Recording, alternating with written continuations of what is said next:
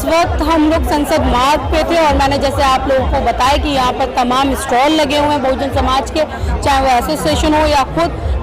अपने जो बहुजन समाज के नाम से यहाँ पर स्टॉल्स थे। लेकिन उसी बीच में मैं बता दूं कि यहाँ पर एक किताब का भी आज विमोचन किया गया और किताब का नाम है बहुजन संदेश। आप ये देख सकते हैं मेरे हाथ में, और इसके बारे में सुषमा जी से जानने की कोशिश करेंगे, क्योंकि ये महिलाएं जो अक्सर समाज को जगाने की बात करती हैं, जो हमेशा कार्यों में सक्रिय रहती हैं। इसी तरीके से इन्होंने भी किताब में बाबा साहब को लेकर के बहुजन समाज के जितने भी महापुरुष हैं उनको जागरूक जो वो थे, उसके बाद लोगों को जागरूक करने के लिए इस किताब में बहुत सारी बातें उन्होंने लिखी हैं। तो पूछते हैं और जानने की कोशिश करते हैं आखिर इस किताब में ऐसा क्या है और आज ही का दिन इन्होंने क्यों चुना। पहले तो आप अपना परिचय दीजिए। मैं सुषमा गौतम हूँ और RSVS संगठन से जुड़ी हुई हूँ, और अभी जो है हम पिछले साल से इनके साथ जुड़े, तो इन लोगों के जो विचार थे मुझे काफ़ी अच्छे लगे इनसे बात करके, क्योंकि सभी सीनियर हैं और जब हम बात करते हैं तो हमें पता लगता है कि अगर हम जो हमारे सीनियर हैं, जो हमसे ज़्यादा ज्ञानवान है, जिनको अनुभव ज़्यादा है, अगर हम उनके साथ काम करते हैं तो हमारा खुद का अनुभव भी आगे बढ़ जाता है। जैसे आपने ये किताब लिखी बहुजन संदेश महिला युग विशेषक, तो इसके अंदर ऐसा क्या है, क्योंकि महिलाएं तो जागरूक हो रही हैं। इस किताब के अंदर महिला तो जागरूक हो रही है, लेकिन अभी उनके अंदर जितनी जागरूकता आनी चाहिए उतनी जागरूकता भी नहीं है। जब वो इस किताब को पढ़ेंगी कि इसके अंदर जो दिखाया है हमारी 50% आबादी, तो ये किताब संपूर्ण है अपने आप में, क्योंकि जो इसके अंदर जो 50% लेखक पुरुष हैं तो 50% लेखिकाएं महिला हैं, और वो सब जो है एक से एक स्पेशल लेख लिखा है सबने। और इसकी खास बात यह है कि जो हमारे लेखक जो जेंट्स हैं उन्होंने भी महिलाओं के ऊपर ही लिखा, हमने तो महिलाओं के ऊपर लिखा, यानी कि आपने महिलाओं को लेकर के लिखा, लेकिन पुरुषों ने भी महिलाओं पर लिखा, तो ये सबसे विशेष हुई है। और इसके अंदर जो खास बात ये है कि जो हमारी आधी आबादी है वो दर बदर जो प्रगति की ओर जा रही है, जो पहले पैर की जूती मानी जाती थी उसको चलने का या बात करने का या कुछ नहीं, तो आज वो इस किताब को अगर पढ़ेगी तो महिला जो है अब किसी क्षेत्र में आगे जा रही है, जैसे IAS बन रही है, PCS बन रही है, संसद में जा रही हैं, तो इस किताब को जब वो देखेंगी तो उनको लगेगा कि हमें इसमें संपूर्ण भागीदारी मिल गई एक तरह से। यानी कि और किताबें पढ़ने की जरूरत नहीं है, मेन जो सारी बातें और किताबों में लिखी है वो इसमें आप लोगों ने 50% जो पुरुषों ने और 50% जो महिलाओं ने लिख दी, तभी ये बिल्कुल पूर्ण है। हम इसको लेके चल सकते हैं कि जिसे तथागत बुद्ध के उससे लेके सकते हैं। उन्होंने जैसे समानता यशोधरा को लेके, यशोधरा ने भी तथागत बुद्ध ने अगर धम्म का प्रदर्शन किया, प्रचार किया, तो यशोधरा ने भी उनका साथ दिया, पूरा महिलाओं को जागरूक करने का उन्होंने काम किया। तो उस तरह से हम ले सकते हैं। जैसे उसके बाद आते हैं अशोक सम्राट, उनकी पुत्री ने पुत्र ने दोनों ने मिलकर जागरूकता फैलाई, धम्म का प्रचार प्रसार। यानी कि अलग अलग किताबें ना पढ़ करके आप ये किताब पढ़ेंगे तो उसमें जो बहुजन समाज की जो अलग अलग किताबें या बहुजन समाज के जितने महापुरुष हैं उन पर जो किताबें, वो सारा संपूर्ण ज्ञान इसके अंदर इन लोगों ने डाल दिया है। लेकिन एक सवाल ये है कि आज बाबा साहब की 135वीं जयंती है, तो आज ही का दिन आपने मेन क्यों चुना? यही तो स्पेशल है इसका कि आज का दिन हमने, क्योंकि बाबा साहब चाहते थे कि हमारी जो बहन बेटियां हैं वो पढ़ लिख कर आगे आएं और वो अपनी भागीदारी सुनिश्चित करें अपनी जगह। बाबा साहब की बेटियां, बाबा साहब चाहते थे कि महिलाएं आगे आए, लेकिन ऐसा कैसे आ गए कि सामने तो आगे अपने घर पर जाकर के करवा चौथ मनाना, होली मनाना, दिवाली मनाना, राखी मनाना, अब यहीं पर तो यही तो विडम्बना आ जाती है। ये आ गया ना हमारा क्रॉस क्वेश्चन जो है कि भाई जहाँ एक तरफ तो बाबा साहब ने हमें आगे बढ़ा दिया, दूसरी तरफ वहीं पर वो महिलाएं जो खुद से आगे नहीं बढ़ना चाह रही हैं, उनकी बेड़ियां कौन काटेगा? अगर मेरी मनोस्थिति है तो इसको तो मैं ही चेंज करूंगी ना। अगर मैं किसी को बता रही हूँ तो हमारी बात को मानना पड़ेगा। अगर हम मानेंगे, जैसे हमने मनु विज्ञान में क्या जो मतलब जो एक मनु महाराज जो महाराज, हाँ, उन्होंने कितनी सारी हम लोगों के ऊपर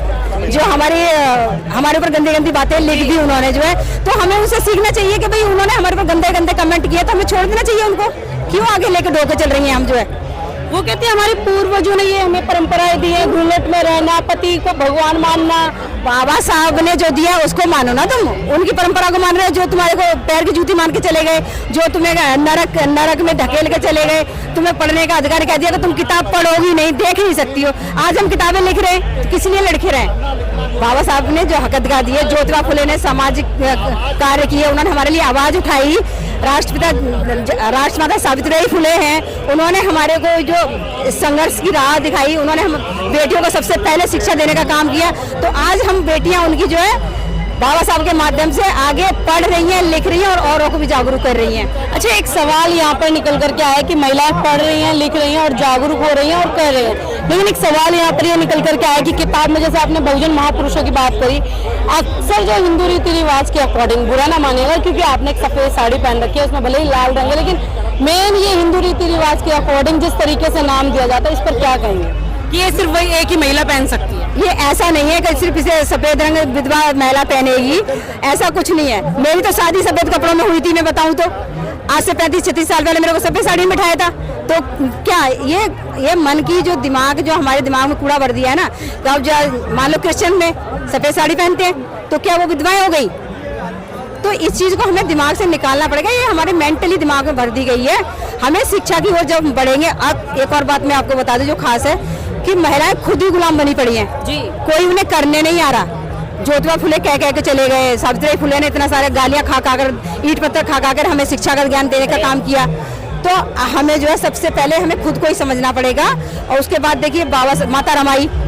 रमाई ने हमें पढ़ने के लिए बाबा साहब का साथ दिया जी। तो जब तक महिलाएं हमारे महापुरुषों का संघर्ष नहीं समझेंगी तब तक हम जो है, अब जैसे ये है हमारी मनीषा जी, इन्होंने फूलन देवी के ऊपर लिखा है। फूलन देवी ने कितना संघर्ष किया, उन्होंने खुद स्वतः ही अपना बदला ले लिया कि नहीं। आज हमारी वीरांगना को ऐसा होना चाहिए। हमारी ये कांति मैडम है, कांति बौद्ध जी, इन्होंने जो है फातिमा शेख पर लिखा। यानी कि आपकी पूरी टीम ने कहीं ना कहीं एक एक जो बहुजन समाज की महिलाएं थी उनको लेकर के उन्होंने लिखा, किस तरह साथ निभाई, किस तरह से आगे बढ़ी। और एक हमारी जो रमा गौतम है, उन्होंने नागेली बाई के ऊपर लिखा कि मतलब उसने किस तरह से कुप्रथा को हटाया कि स्तन काट कर देना पड़ा अपने कपड़ा पहनने के लिए। तो सभी ने, जैसे ग्वालियर से हमारी भावना दौरे हैं, महिला संरक्षण पर लिखा वो, और सुनीता बंगोत्रा मैडम ने उन्होंने सावित्रीबाई फुले पर लिखा, और ममता सिंह है, इन्होंने जो माता रमाई पर, सॉरी वो बहन जी पर जो आयरन लेडी, उनको पूरी तरह समर्पित है ये बुक जो है, कि हम उनको अपनी महानायिका मानते हैं आज के समय में। जिस तरह से उन्होंने जो है, जब वो अपने उसमें थी सत्ता में, पूरी पावर में, तो उनके से लोग थर कांपते थे। और अब इसी तरह से 33% आरक्षण अगर हमें मिलेगा, आज तरह से महिला संसद में जाएगी, जितनी आबादी उनकी बढ़ेगी तो कितने लोग डरेंगे। उनको संसद में जो लोग पावर आनी चाहिए, हमारे हाथ में पावर आएगी, और उस पावर का यूज अच्छी तरह करनी चाहिए महिलाओं को। कहने का मतलब ये है। ये बधाई के पात्र हैं क्योंकि इन्होंने जिस तरीके से एक ही बुक के अंदर पूरा बहुजन समाज लाकर के इकट्ठा कर दिया, क्योंकि तमाम लोग अलग अलग पढ़ते हैं, मगर आज इस बुक को आप इन लोगों से खरीद भी सकते हैं। लेकिन बात यह है कि अगर आप अलग अलग बुक पढ़ेंगे और उसके बावजूद आपको नहीं समझ में आएगा, मेन समझने की बात है। बाबा साहब ने कहा था मानने की पढ़ने की जगह, यानी कि वो जिस तरीके से आडंबर पाखंडवाद में लगने की बात करते थे, वो शिक्षा को लेकर के जिस तरीके से बोलते थे, यहाँ पर शिक्षा का मतलब ही कुछ और कर दिया है। इसलिए इस बुक को लाया गया, और इस बुक में जो बहुजन समाज के बारे में इतिहास था वो निकाला गया है। तो ज़्यादा से ज़्यादा आप लोग इस बुक को खरीदें और अपने घर में अपने बच्चों को, अपने पत्नियों को, पूरे परिवार को ये बुक गिफ्ट करें, और आगे जितने आपके फ्रेंड्स हैं सर्कल में उन्हें भी दें। क्योंकि जी इसमें जैसे इसमें जो हमारी अलग अलग जगह से, अलग अलग एरिया से, मतलब अलग अलग स्टेट से महिलाओं को इसमें एकत्रित किया गया है। जैसे गाजियाबाद से सगुन बौद्ध हो गई, हापुड़ से रोमा बौद्ध हो गई, दिल्ली से हम ममता सिंह हो गई, कांति बौद्ध हो गई, ये रमा जी हो गई, मनीषा जी हो गई, सुषमा गौतम हो गई, और एक ममता अम्बेडकर जो कविताएं लिखती हैं वो हो गई, और हमारी कमलेश मदोलिया जी हैं वो हो गई, और मतलब और कौन रह गई है, काफ़ी महिलाएं हैं इसमें जिन्होंने अपना बहुत अच्छा मतलब लेख लिखे हैं, एक जो अच्छी तरीके से कार्य किया है, जो उन्हें करना चाहिए था, और पर जुड़ी हुई हैं, और वो ये सिर्फ लेख नहीं लिख रहे, वो काम भी कर रही हैं। क्या कहेंगे सर, क्योंकि लगातार आप महिलाओं को जागरूक करने में लगे रहते हैं, जिस तरीके से बाबा साहब ने महिलाओं को लेकर के बात करी थी कि महिलाएं अगर जागरूक होंगी तो ही समाज जागरूक होगा, और आपने इतना जागरूक कर दिया कि उन्होंने किताब भी लिख डाली। देखिए, परम पूज्य बाबा साहब ने महिलाओं के विषय में ये कहा था कि मैं किसी समाज की प्रगति, उस समाज की महिलाएं कितनी पढ़ी लिखी हैं, कितनी सभ्य हैं, मैं इससे नापता हूँ। तो आज उसी अभियान को चलाते चलाते आज हमारे बीच में जैसे सुषमा गौतम जी खड़ी हैं, कांति जी खड़ी हैं, हमारी मिसिज ममता सिंह, सब ये राजरानी जी खड़ी हैं, कि इनको धीरे धीरे कहीं ना कहीं से सपोर्ट तो मिलती है। भाई हम भी जब चले थे यंग एज में तो हमें भी अपने सीनियरों की सपोर्ट मिली, हमारी सपोर्ट इनको मिली, तो आज ये कंधे से कंधा मिला करके हम मतलब बहन भाई मिल करके पूरे समाज में बहन बेटी आपस में आज इस संघर्ष में पहुंची है कि बिना महिलाओं को जागरूक किए हमारा आंदोलन आगे बढ़ नहीं सकता है। क्योंकि जब भी हम समाज में निकलते थे तो यही होती थी कि सर आप तो मंचों से स्पीच दे रहे हैं और आप तो बहुत कुछ कह रहे हैं, लेकिन आपके घरों में जाओ तो आपकी तो महिलाएं ये कर रही हैं अंधविश्वास पाखंडवाद, क्या पूजा पाठ में लगी है, और आप जो है भगवान बुद्ध और बाबा साहब की बात करते हो। तो आज वो बात उल्टी हो रही है। आज इन हमारी महिलाओं ने दिल्ली एनसीआर में इतने हमारे महिला विंग हैं और उसमें सुषमा गौतम जितना ये काम कर रही है जिस परिस्थिति में, तो भाई इनके लिए तो बहुत साधुवाद है कि आज हमारी महिलाएं हम पुरुषों के लिए एक प्रेरणा दे रही हैं कि आप लोग घरों में बैठे हो, आप लोगों ने इस मिशन को यहाँ तक चलाया है, लेकिन अब हम भी जागरूक हो गई हैं, आप हमारे साथ लगो और मिलजुल करके इस परम पूज्य बाबा साहब के मिशन को, भगवान बुद्ध के मिशन को, मानवर कांशीराम साहब के मिशन को हम आगे बढ़ाएंगे। और लास्ट बात मैं ये कहूँगा कि ये जो हमारी जो महिला विशेषांक है, इसका एक सबसे जो हमने महिला युग जो के रूप में जो युग महिला के रूप में जो लिया है, वो हमारे मान सम्मान स्वाभिमान की प्रतीक आदरणीय बहन जी को ये पुस्तक हम लोगों ने समर्पित की है। इसमें ममता सिंह जो मेरी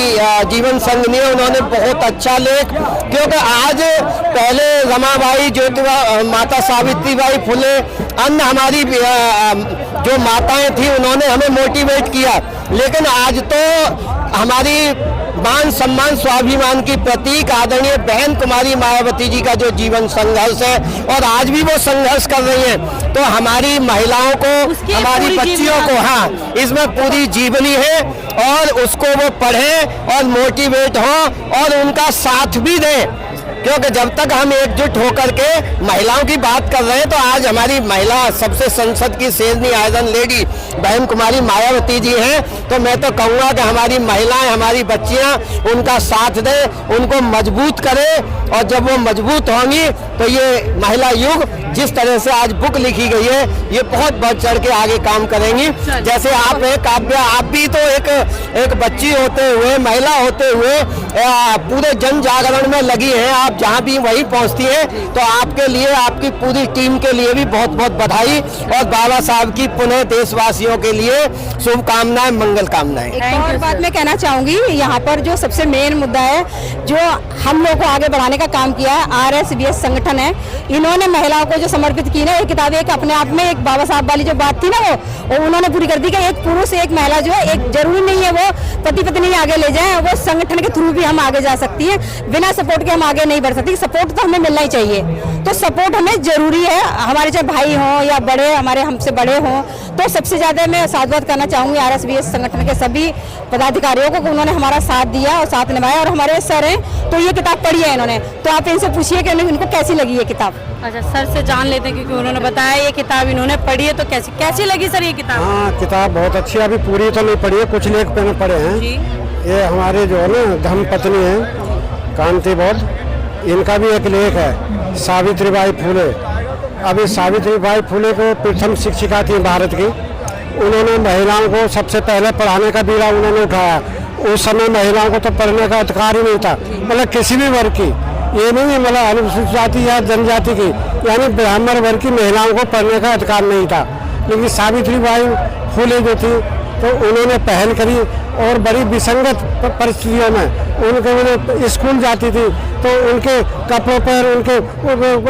फेंका जाता था, गोबर कीचड़ फेंकी जाती, फिर भी उनका संघर्ष जारी रहा।